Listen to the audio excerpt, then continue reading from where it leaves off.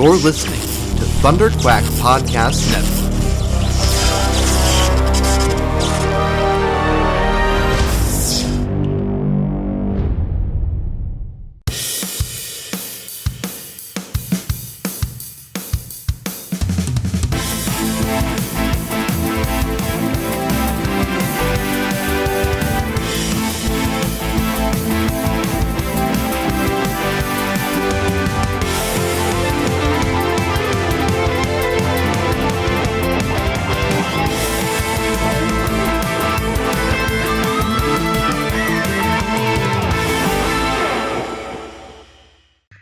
Hello and welcome to Joker Reviewed. This is the ThunderQuack review for the movie Joker. I am one of your hosts, Michael Cohen, and joining me this week, I've got Paul Hermann from Star Wars: The Saga Continues.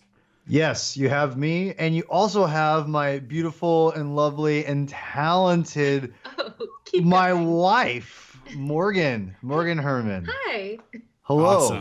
Awesome. This is a big yeah, this is a big deal. It's the first time Morgan's ever joined me on a podcast ever. Oh, ever. Ooh, Ever. wow. It's the first time. Well, it's an honor. Paul asked. He was like, "Hey man, would it be cool if my wife was on the podcast too?" And I have a rule with ThunderQuack. I will never say no. Aww. When a woman wants to come on a podcast and talk about something, you'll change your tune after she's done. Well, okay. But that's I won't blame you. Yeah, probably true. We absolutely have enough dudes, particularly white dudes between the age of 30 and how old's Matt now? 62. I don't know. Oh, but yeah, we have enough particularly white dudes talking about nerdy stuff on ThunderQuack, so I will never say no to the opportunity to bring in a different opinion, a different voice. So thank you so much for joining us. Thanks on this for having one. me. Yeah. I'm really excited to discuss this movie. We're going to do some quick spoiler-free on the movie, and then we're gonna render a verdict. Whether you should go see it or not, and then we're gonna get into spoilers. But don't worry about the spoilers. I will give you guys, the listeners, a heads up before we get into spoiler territory. But the non-spoiler talk is gonna be brief because there's a lot to talk about in this movie, and a lot of it is spoilers. Basically, from about 15 minutes into this movie, it starts getting heavy, and you have to you need to experience it in order to get the effect. So I'll start with this. And Morgan, maybe you can give me your thoughts first. Sure. What did you think, just kind of overall? What did you think of the movie? What was your feeling coming out of the theater? I loved it. Loved it. Normally I refuse, and I know that this is probably not the place to say this, but normally I refuse to go see any more comic book movies because they just are kind of the same formula, repackaged every other time. That will probably get me some hate. That's okay. But this movie completely destroyed that formula, and I loved it. I would go see it a million more times. Awesome. Paul, what about you?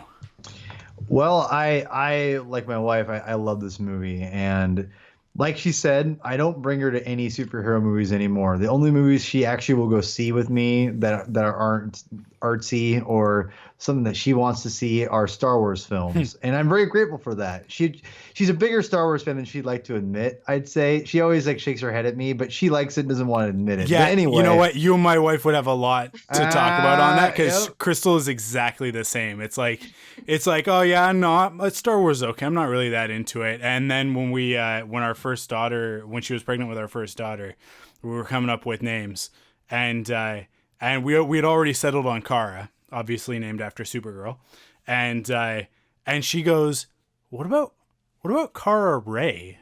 Is that too much? And I was like, no, not at all. We're doing that. That's what we're doing. Oh, wow. Your daughter's middle name is Ray? My daughter's middle name is Ray, so I really hope that Ray keeps it together in this last film. Yeah. Well. No, I'm not worried about that.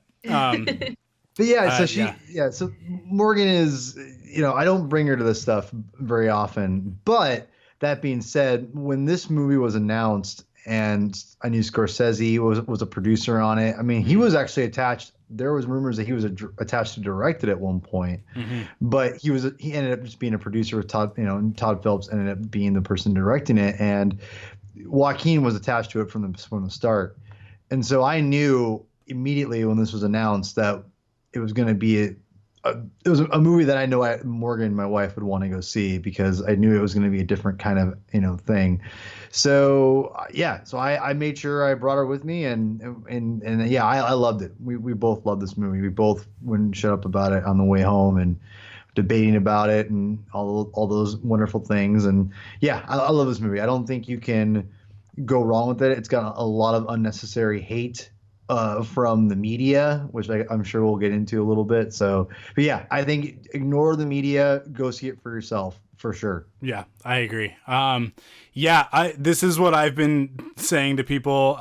This is the best movie you'll never want to watch ever again. It is uncompromising. It's brutal at points. It is like so unflinchingly real. And Joaquin Phoenix's performance is to say it's Oscar worthy, I don't think does it justice, because I think that a lot of performances that get touted as Oscar worthy tend to be a little bit, they can tend to be a little over. But with this one, like, is it a big performance? 100%.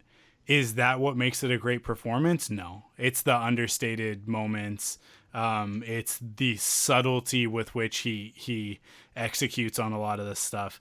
I have a fair amount of experience with people with mental health issues, and his portrayal of someone dealing with specifically what he's dealing with like these sort of delusional thoughts, the negative thoughts and everything, it is spot on. I have experienced that in reality, talking to a person, on more than one person on more than one occasion. And so you can tell that he really did his research.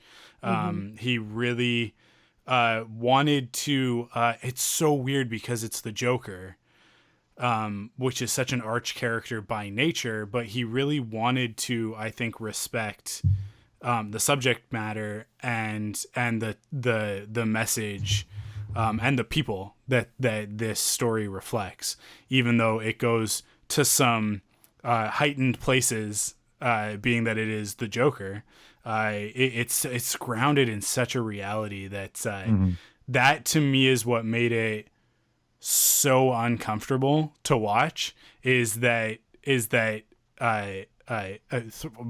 throughout the movie consistently, I was feeling at least that I'm a terrible person. Like you're just going like, I'm a bad person and I should do more, and you kind of just really feel that the world is a bad place if people make it a bad place, right? Yeah. And you really honestly just want to reach into the screen, grab him and say, stop. You're worthwhile. You exist. You matter. And just like give him those reassurances.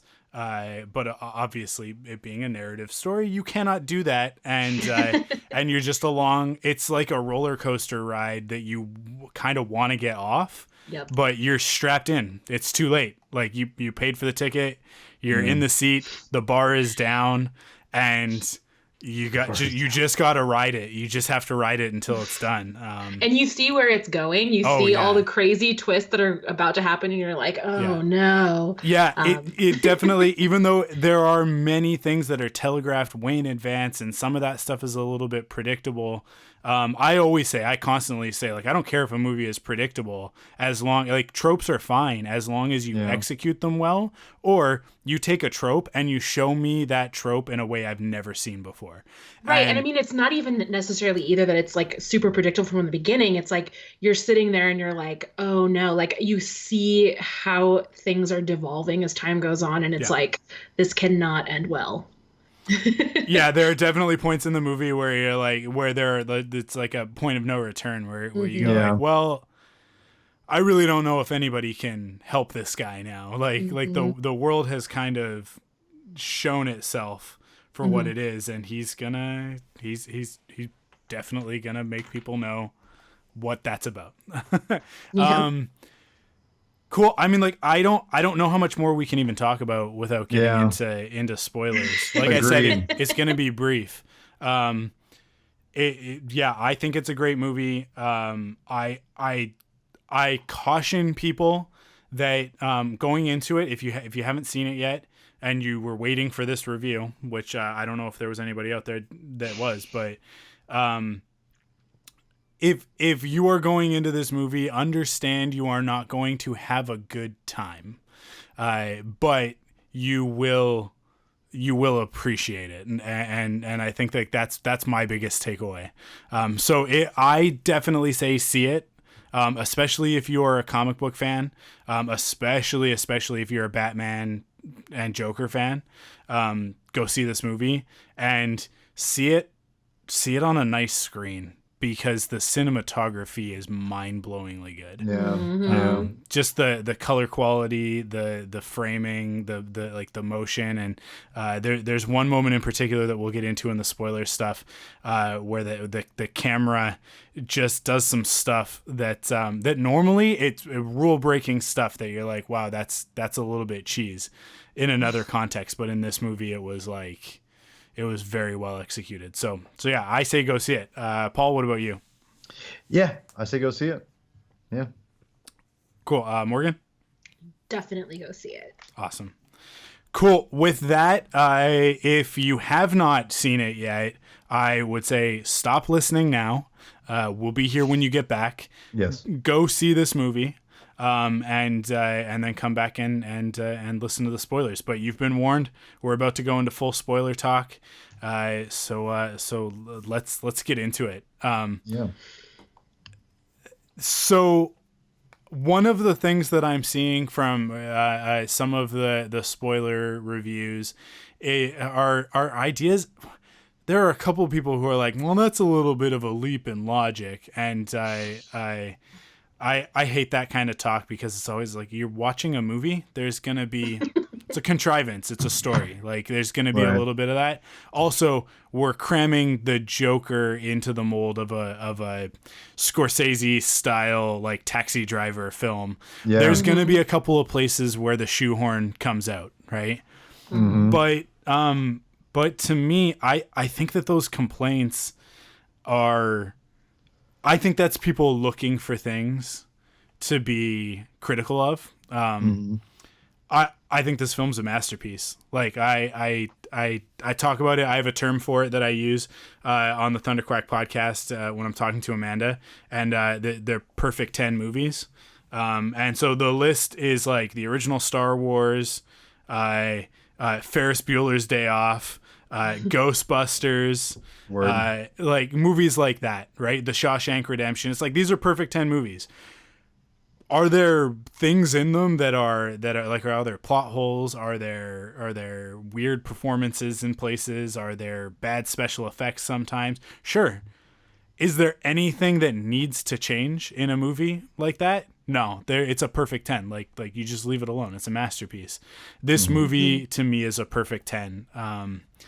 It's like I said, I probably don't want to watch this a whole bunch like I do those other movies that I mentioned, but it's such an amazing culmination of so many different aspects, and definitely a time and a place. And it'll be really interesting in 10 years to think about this performance, just like we think about now 11 years ago. The performance by Heath Ledger. in the Dark Knight. And I mean, like, I think I don't think I'm alone when I say when I said at the time that like nobody could ever possibly do the Joker bigger or better or darker or more real than Heath Ledger did it. And then this movie comes out and it's like, I don't know what to say. They're different versions of the character. So Yes. I think like they each stand on their own and they don't need to be compared apples to apples.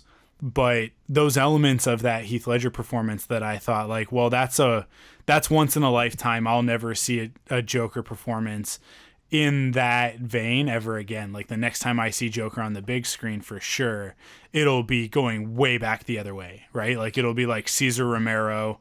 Not that there isn't a lot of Cesar Romero influence in this one, but it'll go back to that, and it'll be, you know, Brave and the Bold Joker as opposed to Heath Ledger, and the Dark Knight. So this was so surprising to me that this was the direction that DC was willing to go, that Warner Brothers was willing to go. And this was DC and WB's response to Deadpool, right? Deadpool got the R, and people went, oh, we can make R-rated comic book movies. And I think that's where the conversation started, and it very quickly went in a completely different direction for DC. And I think that was really smart. I think that was a genius thing for them to not go like, and granted, Birds of Prey is coming out, and that's definitely Deadpool-esque. Yeah. But with this one, it's a little bit more like, oh, if we can do an R, then let's do what we did with The Dark Knight, but let's crank that to an R instead of a PG-13. There's a lot there. What I'll agree with you on this, Michael, regarding Deadpool. I think Deadpool showed them that R can still be successful within the budget that you make the movie. Because one of the safe things about the Joker is that it wasn't that expensive to make at all. Mm-hmm. And so there really wasn't a risk for Warner Brothers to make this movie, in a sense to where it was very mildly budgeted, and there wasn't a lot of effects in there. There wasn't a lot of stunts they're going to require, all over the place. It's a very, very risk-friendly movie. And so with that, you were able to be a little more daring and let the directors have a lot more of a vision in what they want to do, less studio involvement. And I think Deadpool at least opened the idea for them to be open to an R-rated movie. But to be honest, this movie was all pitched and sold on Todd Phillips is what he wants to do. And I think because of DC and Warner Brothers being behind the Marvel game, in a sense to where they're not as successful financially as, or with their continuity, continued universe, whatever, the DCEU, whatever you want to call it, they weren't as successful as Marvel, the MCU. And so DC has kind of started to finally think about how can we make other franchises make some money and set ourselves away and be different from Marvel. And I think that one of the things they've always been different than Marvel, even in the comic books, is that these characters they can be a lot darker. They've always been a little edgier than the Marvel ones.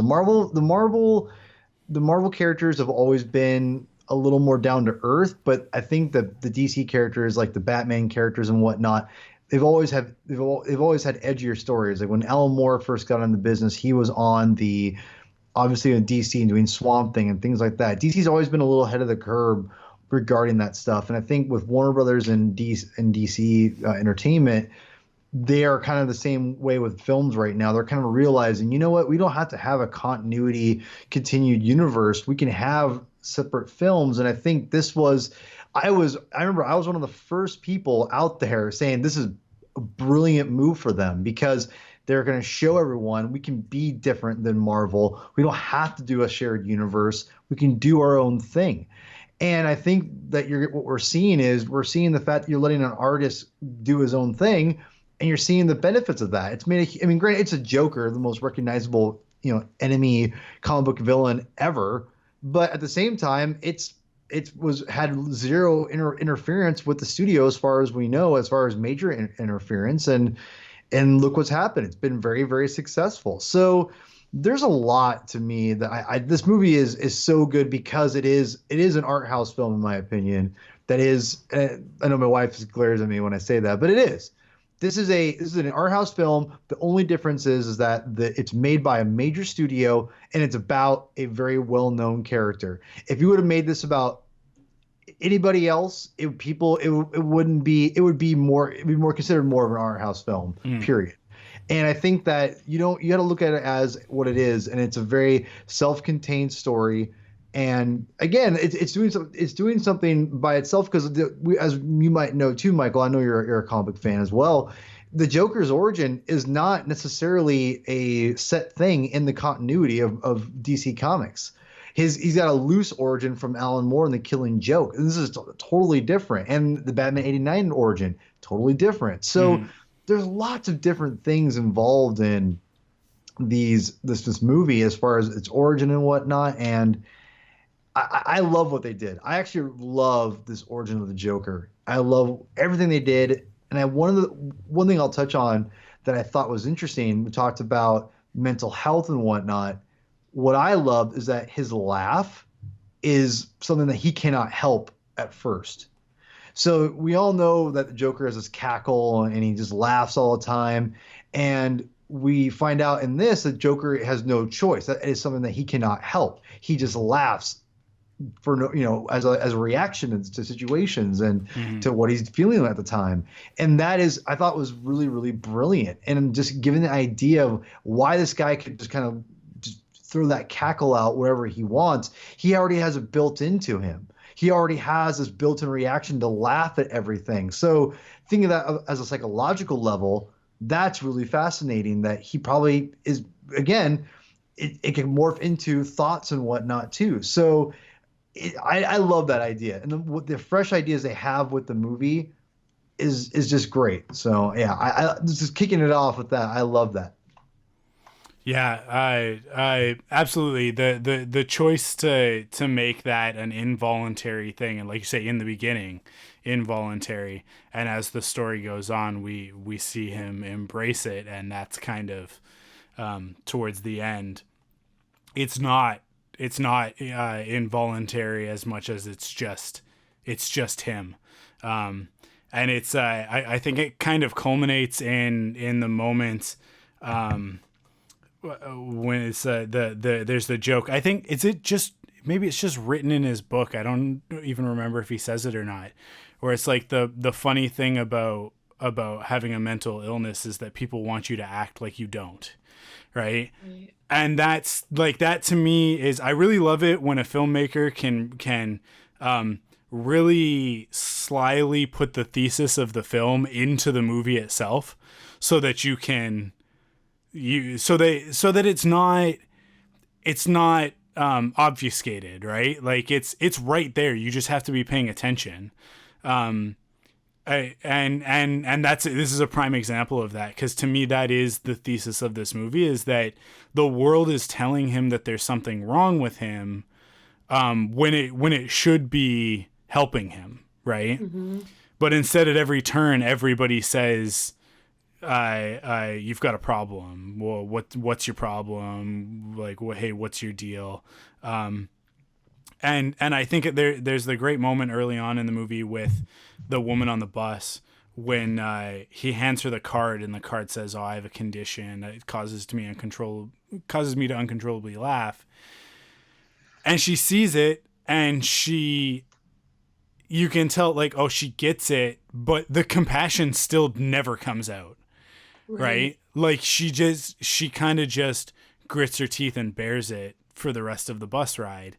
And that to me is a really great example. Like that's sort of him stating it in the introduction, and then the conclusion is the final act of the movie, which starts with that moment of like that, here's a funny joke sort of thing.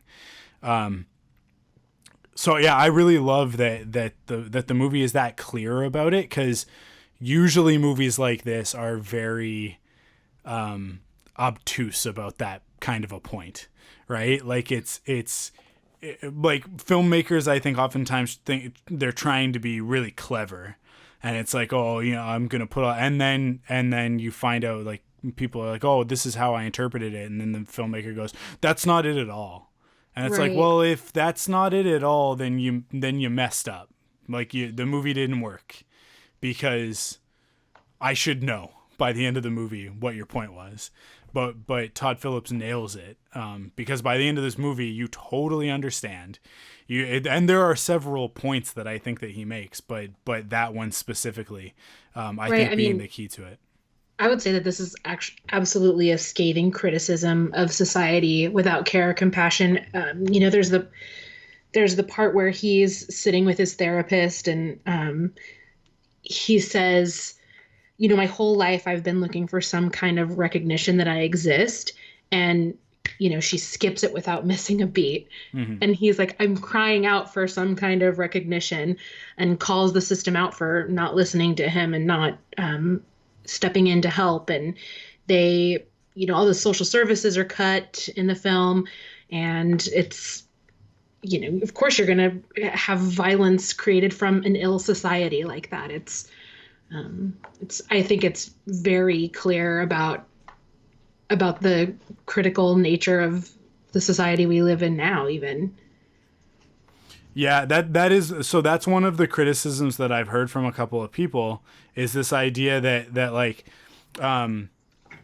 everybody just kind of like jumps on the bandwagon really quick. It's weird how everybody just like turns the Joker into a hero, after he murders those guys on the subway, right? And I to the people who have that criticism, I would say, first off, you need to do your homework before you say stuff like that, because in the 70s, when things were happening very similar to this story, like Zodiac killer type stuff, like people revered serial killers in that era, right? Like not necessarily in the like putting them on a pedestal, turning them into heroes, but there was definitely an attitude of like of fascination, of like morbid curiosity that went along with that turned them into icons, right? I mean, even now, true crime is so huge. Is kind of defined partially by that, and that is firmly the time period of this movie. It's funny because everything always comes back to Star Wars, right? But exactly, this movie is in the tone of like Taxi Driver, French Connection, Dog Day Afternoon, stuff like that, right? Mm-hmm. Which is all that early 70s, like late 60s, early 70s, like Vietnam sort of angsty, anti-authoritarian filmmaking, very gritty, very like the world sucks, everybody sucks, everything sucks. And then in 1976, Jaws comes out, and then Superman comes out, and then the next year Star Wars comes out, and all of a sudden movies turn into blockbusters about adventure and excitement and fun and blah blah blah, and film kind of took a different path away from that stuff, and I think because of that, people like our generation has definitely, like growing up in the 80s, even though there was plenty of reasons to be angry at the system in the 80s, we were too busy being advertised to about comic books and video games and action figures and cereal and blah blah blah, right? So that perspective, I think, from people sort of in their 30s and younger, it's like, well, you clearly don't know what the 70s were about. You think that the 70s were that 70s show. And that 70s show is after Star Wars.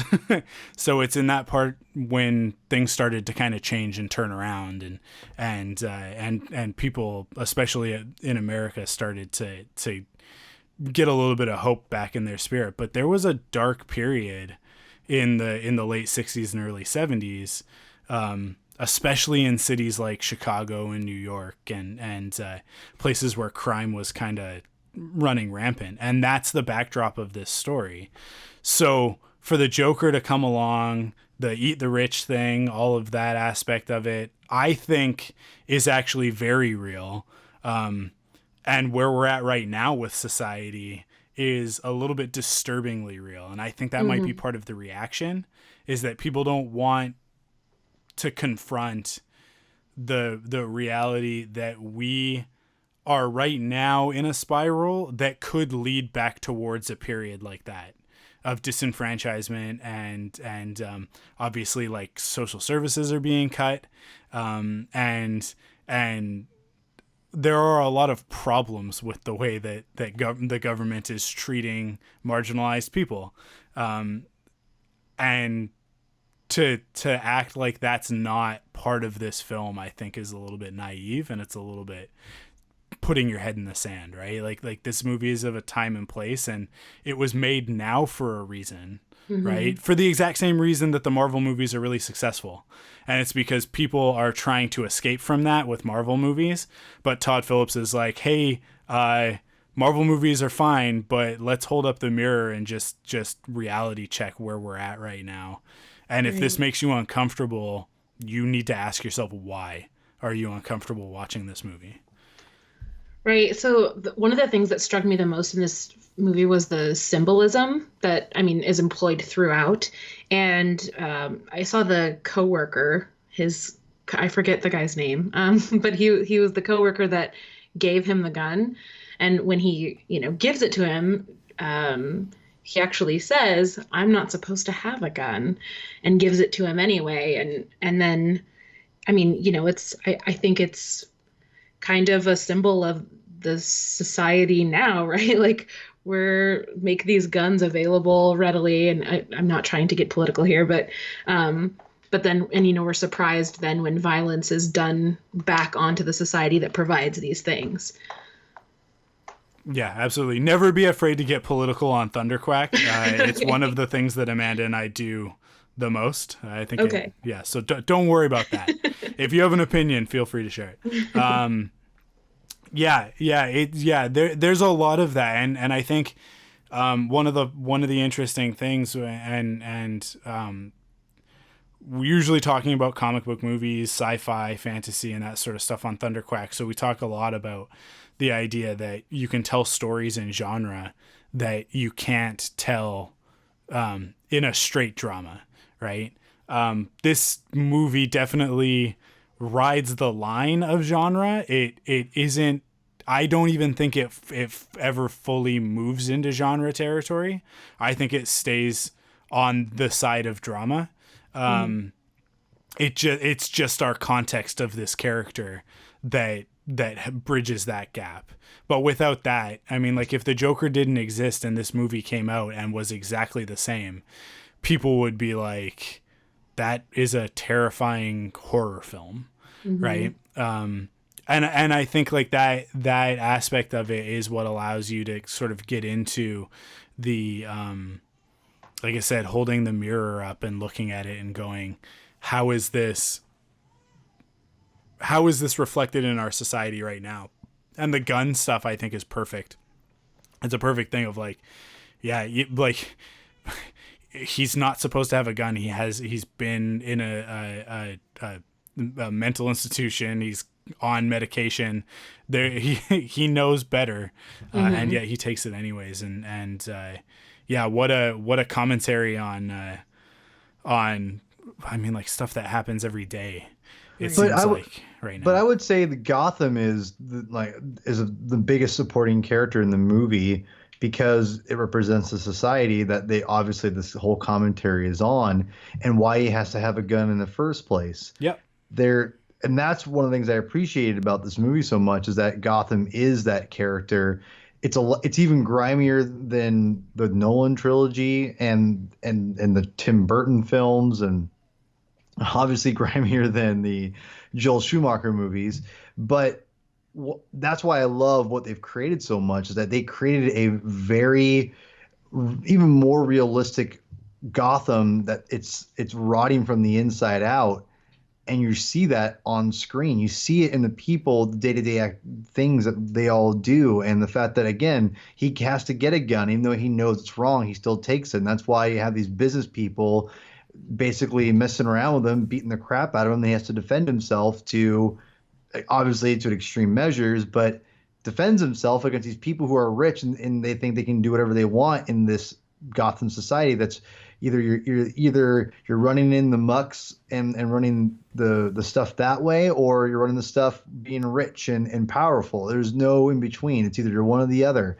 And you kind of see that firsthand. And that's what Gotham always has been in the comics. And that's why Batman was created, which we ultimately get that in the film, which again is a brilliant idea that Gotham and the society that Gotham has built creates Batman. It's not just, oh, crime and then Batman vows to forever be a part of this anti-crime movement, whatever. No. It's the society that his father and everyone around them and the scum of Gotham and the people, the society itself has birthed the Joker, and they have birthed Batman. And that to me is what I think I love about this movie so much, is that you see firsthand of what Gotham has accomplished as a society on this person, how he's struggling, and how the society creates its heroes and it creates its villains. And so you kind of see that firsthand. You look at the Nolan trilogy, you see Batman birth from a little bit of that, but you don't see the Joker birth of that. You see him as a response to Batman. But what I like about this is that you see Gotham as it created both its things. It creates both its greatest enemy and its greatest hero. And I think that was such a fascinating thing that I was not anticipating. Mm-hmm. And I love that. I loved seeing the fact that, again, that ties all into the movie, of that Thomas Wayne is not this good person that you think he is. You think Thomas Wayne is, and again, I'm not sure if that's the interpretation that we're seeing through the Joker's eyes only or what, but you're seeing all these different things that Thomas Wayne it kind of represents, and it's not good, right? So he's not exactly held up as this high person you want to get behind and support, like you do in the Nolan films. You don't. He's kind of a jerk. He defends those three Wall Street people and says, "Oh, they're good men." It's there. He doesn't care. He's just gonna stand up for the rich as much as he can. So all of that is just truly fascinating to me, and seeing what Gotham has done from all sides of everything. Yeah, the Thomas Wayne portrayal, I think, is really interesting, and I think it's one that may not resonate with everybody for the reasons that you stated. It's like, this isn't what we're used to seeing in the movies, but for anybody who read any of the Flashpoint stuff and saw Thomas Wayne as Batman, it rings true with that character to me, right? Like that, right. Because Thomas Wayne as Batman in Flashpoint, he is a much more brutal Batman. He's a lot less forgiving than Bruce. He's a lot more intense, and it definitely lends to that idea of like, oh, we are used to seeing Thomas and Martha through the eyes of Bruce as narrator of his own story, and they are, it's actually a lot like Clark's relationship to Jor-El, with Superman, of like they have, because they don't actually know their parents, they just have, in Bruce's instance, memories from being a child, and then stories from Alfred, and in Clark's instance, their computer representation, right? Which, how much more unreliable? Like, do you think Jor-El's going to put his character flaws in there? No. True. So we get these really unreliable interpretations of those characters, and then here we see that that Thomas is actually probably more typical than we would like to believe. Yeah. Because we want Batman to come from a pure place, right? But it's almost like Batman needs to create that mythos around himself in order to to live up to the standard that he holds himself to, right? So Mhm. this idea that like I said, the whole movie is about the fact that the Joker is an unreliable narrator, right? Right. You get to the end of the movie, you see him in that asylum telling the story to this person, and then obviously the red footprints afterwards and fill in the blank. And you're kind of left walking out of the movie theater going like, so how much of that story was true? Right? Because earlier on in the movie, we start to see that like, oh, he's delusional just like his mother, which is interesting because they're not blood related because he was adopted. Yeah. But then you go like, but wait, why would he be suffering from the same kind of delusions if they're not even related? That's a really weird coincidence, unless Thomas Wayne does seem like kind of a bit of a jerk in this universe. Is it possible that you see the picture with the writing on the back that's signed from him, and you're like, where is the line? What part of this story is reality? And the movie doesn't answer it. It never gives you any answer on any of that stuff. As a matter of fact, all it ever does is question what came before it. Like the more you go through this story, the less reliable anybody within the story itself becomes. And you get to a point where it's just like, what is, like, is the Joker even real? Was any of that real? Like what happened in this story? Well, we know that Batman. We know that Thomas Wayne and Martha were killed because it happens away from Arthur.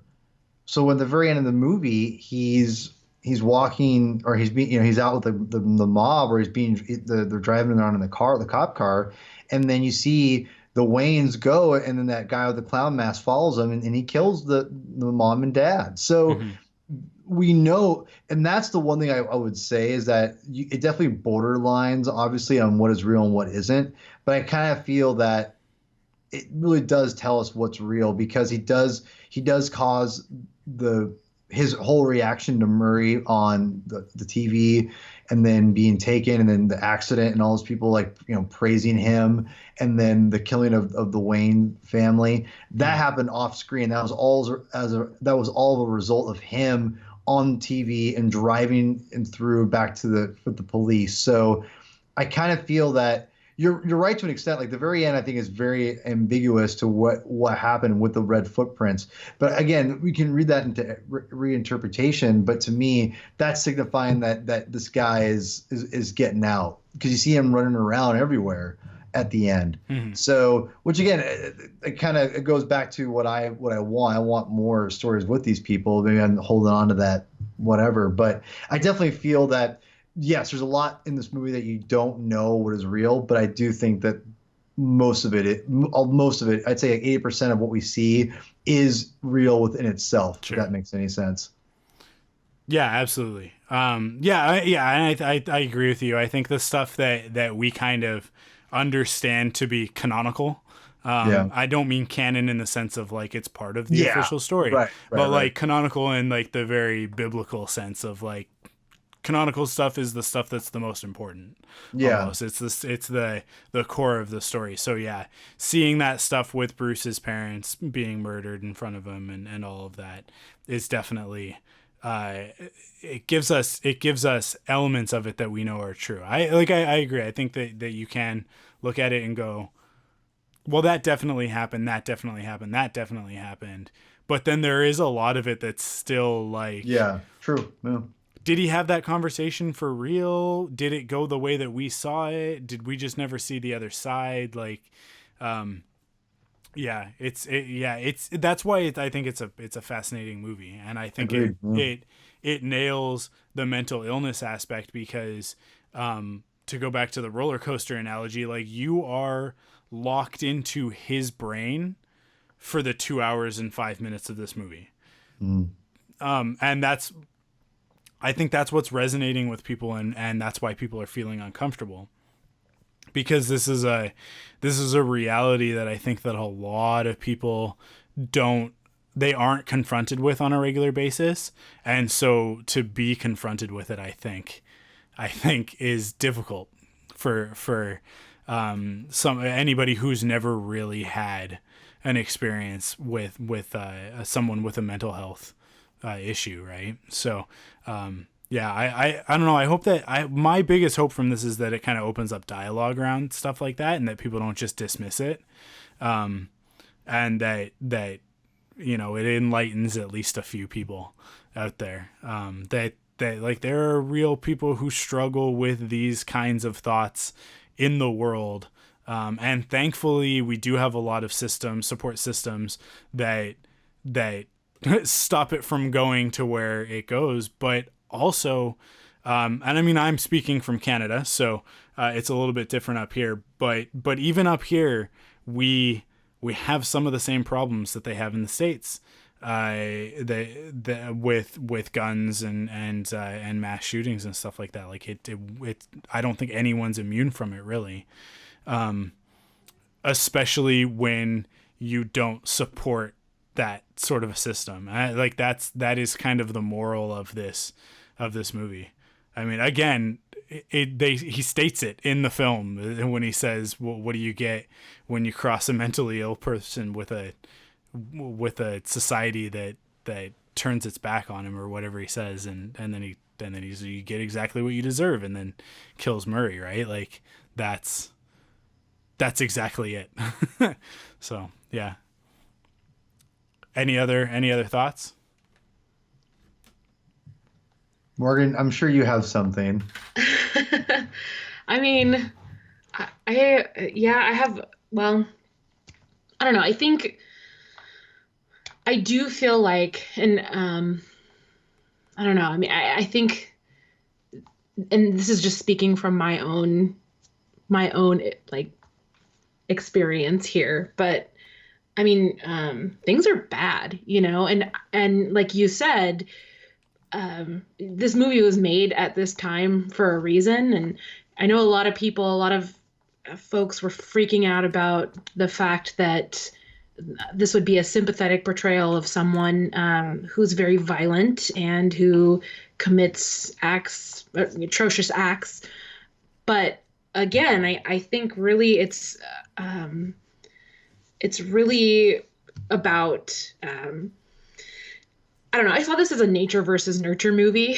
And I think that explains also the adoption issue with his mother. That was something that kind of bothered me. I was like, well, a lot of times we think of mental illness as being something that is passed down genetically. And I was like, well, that doesn't make any sense. But I really do feel like, he's growing up in an environment of mental illness, right? She's delusional. He hasn't received any help. He's suffered massive trauma. I mean, not only in addition to like growing up in that sort of environment, but then he also is abused horribly, which results in his suitor bulbar affect, the regular laughing at inappropriate times. And I do feel like that's kind of a stand-in of the individual as a product that's nurtured by an extremely ill society. And so, I didn't see this so much as a defense of, the incel types, like the 4chan folks. And I think it questions this victim mentality. Murray at the end specifically says to him, "Oh, poor you." So I do think that it challenges that, but I think it's a way of kind of sussing out the details of why folks turn to this, why they turn to violence and do these horrible things. I don't think it's the act of just sick individuals. There's a society that creates these people. Yeah, for sure. Yeah, it's yeah, man, it's such a complex movie, and I think that the issues that it tackles are really important issues and very real, especially with where we're at right now, with with the man that is currently in the White House, doing the sorts of things that he does on a regular basis. Talk about someone with mental health issues that is not being properly looked after. Right. And I can see, like, to me, the biggest piece of that whole argument of like, oh, this is painting these people with a sympathetic light and asking us to look at that. Well, there's two parts to that. Yes, we should paint people with mental illness and that are pushed and marginalized and pushed to the edge of society in a sympathetic light. That's what films should do. That's a good thing for a film to do. Right. The other part of it is, if you are living in a society that can produce a film like the Joker or like Joker, and then in reality, your response to that movie coming out is to say, this is dangerous because it could actually push some people that are close to the edge over the edge into becoming like this man.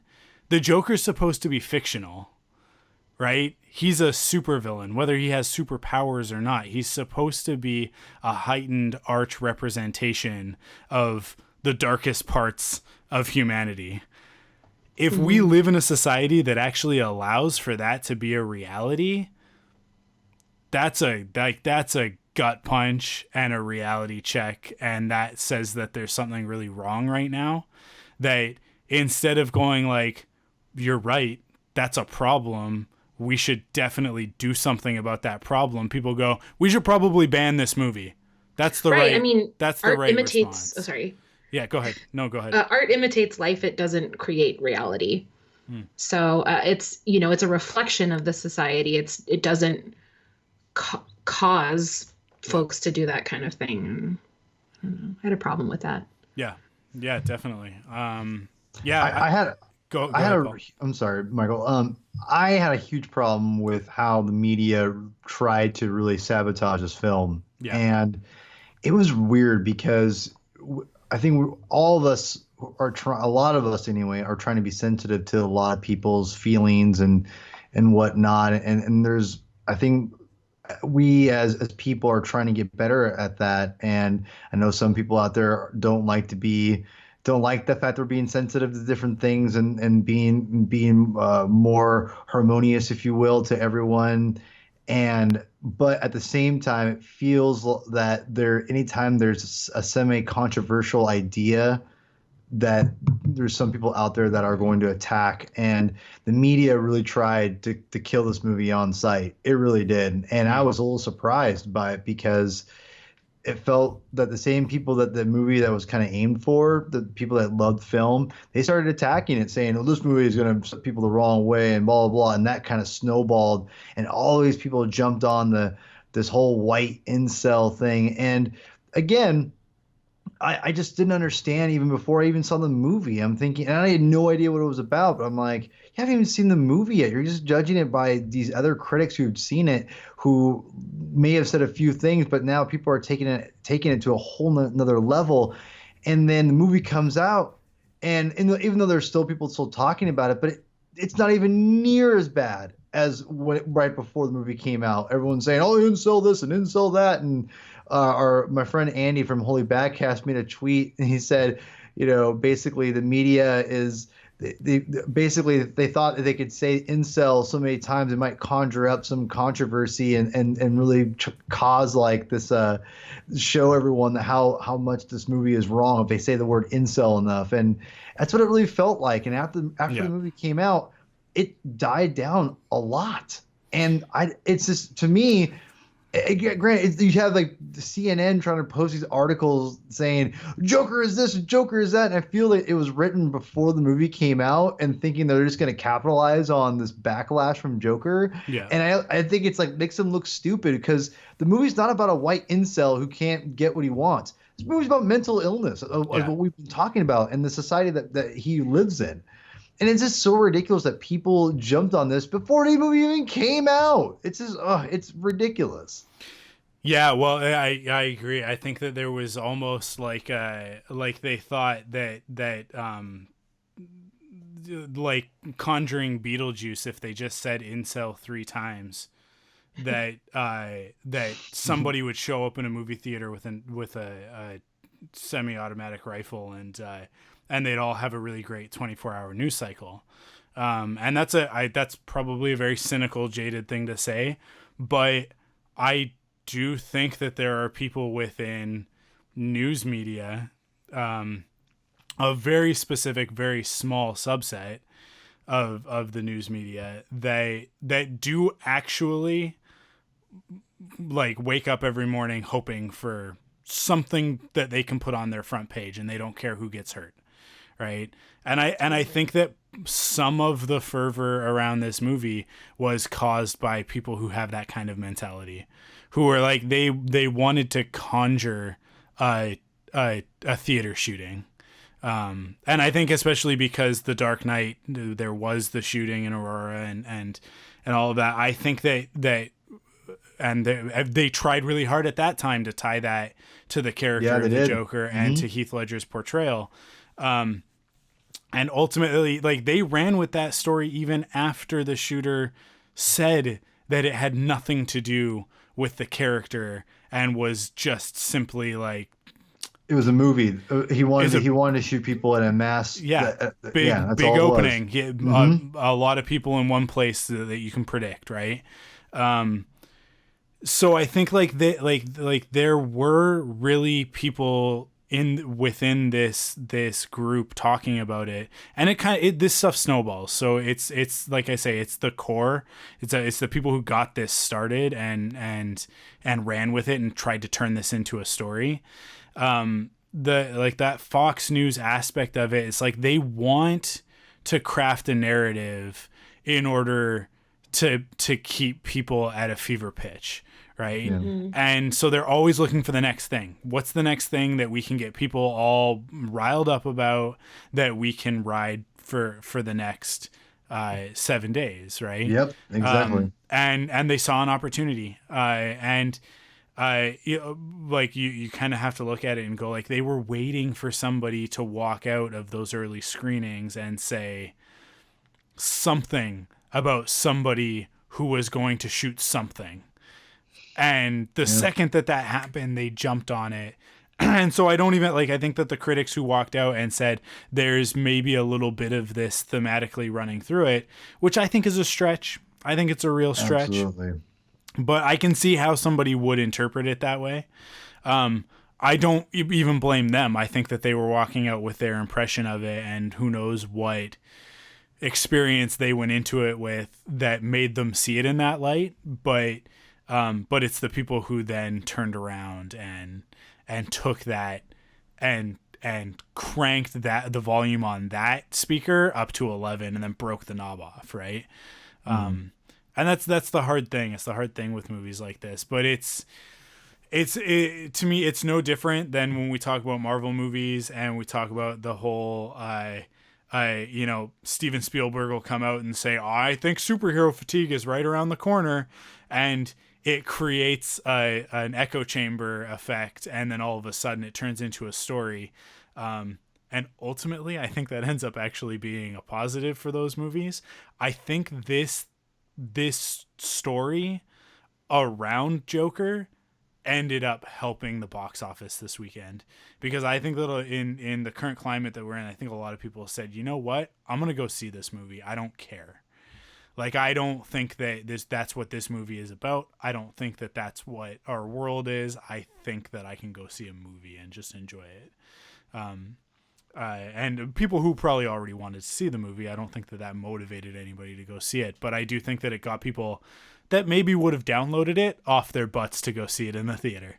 And that, I don't know, I think that ultimately it's ended up being a good thing, because that dialogue is out there, it's open, and people are talking about the fact that like these narratives that are crafted by conservative news media are ridiculous. So hopefully more people can wake up to that and realize that they're trying to manipulate you. It's that moment in The Wizard of Oz when the wizard's already been caught, and exposed, and he's still pulling the levers and going like, no, don't pay attention to the man behind the curtain. It's like that's kind of where we're at right now, I think, with conservative media, and it's interesting to see. But it's interesting to see it around a movie like this, specifically. But it's okay, because now that the movie's out and it's done well and the story is about that, we got like another maybe day or two of that, and then they're going to start talking about the reason why The Rise of Skywalker is an SJW